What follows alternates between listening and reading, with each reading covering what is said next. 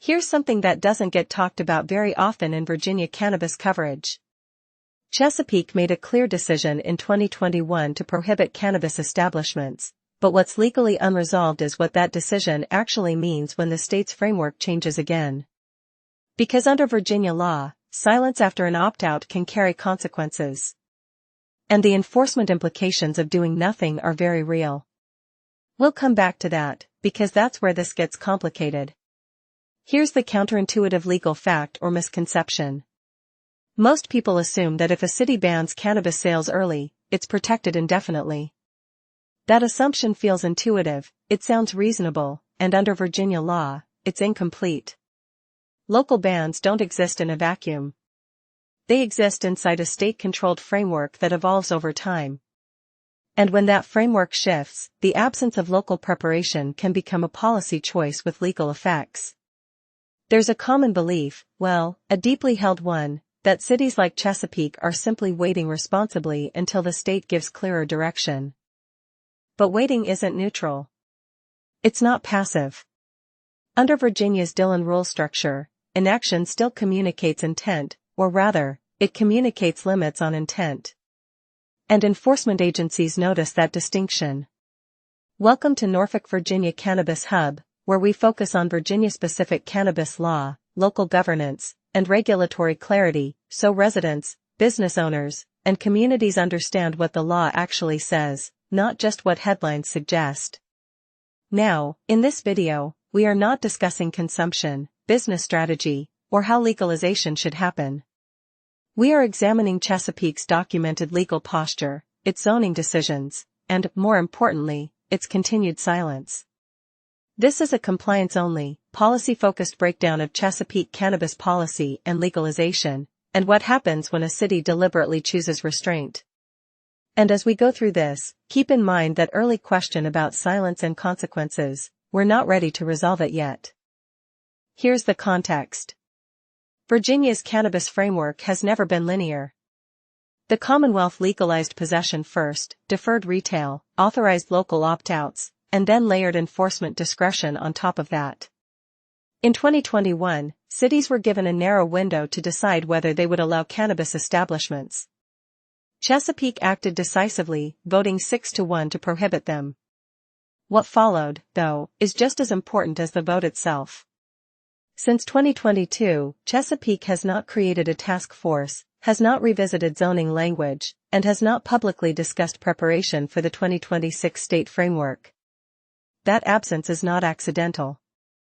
And it creates a unique legal posture. Here's the legal explanation. Under Virginia law, local governments derive authority from the state. They may regulate where activities occur, but only when expressly permitted.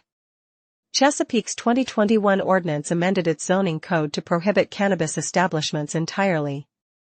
That was lawful at the time. It still is. But here's where clarity matters. Enforcement does not rely solely on zoning language.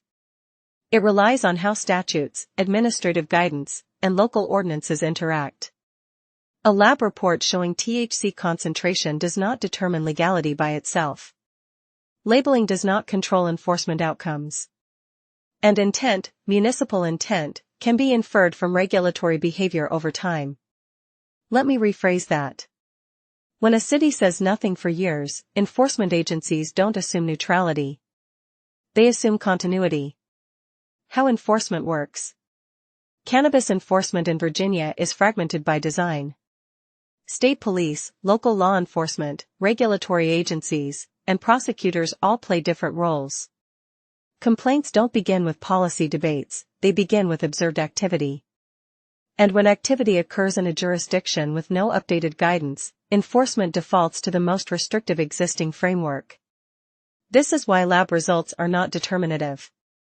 They inform investigations, but they do not resolve jurisdictional authority. And this is where Chesapeake's posture becomes legally interesting.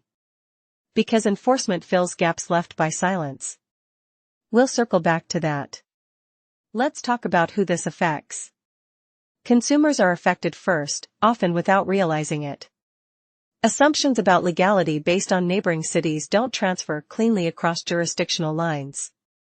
Retailers, particularly hemp or CBD retailers, face heightened uncertainty. Without updated guidance, they operate under older enforcement assumptions. Local government itself bears risk. Silence today can constrain future regulatory flexibility. And within the medical cannabis framework, patients may encounter uneven access and inconsistent interpretations depending on where enforcement lines are drawn. Each of these groups experiences Chesapeake's restraint differently, but none of them exist outside its consequences. Now let's talk about why this matters. Public safety decisions rely on clarity. Ambiguity invites inconsistent enforcement. From a regulatory standpoint, unclear posture increases legal exposure. Financial risk grows when businesses guess instead of comply. And long-term policy implications matter here. Cities that do not prepare early may find themselves reacting later, with fewer options and more pressure.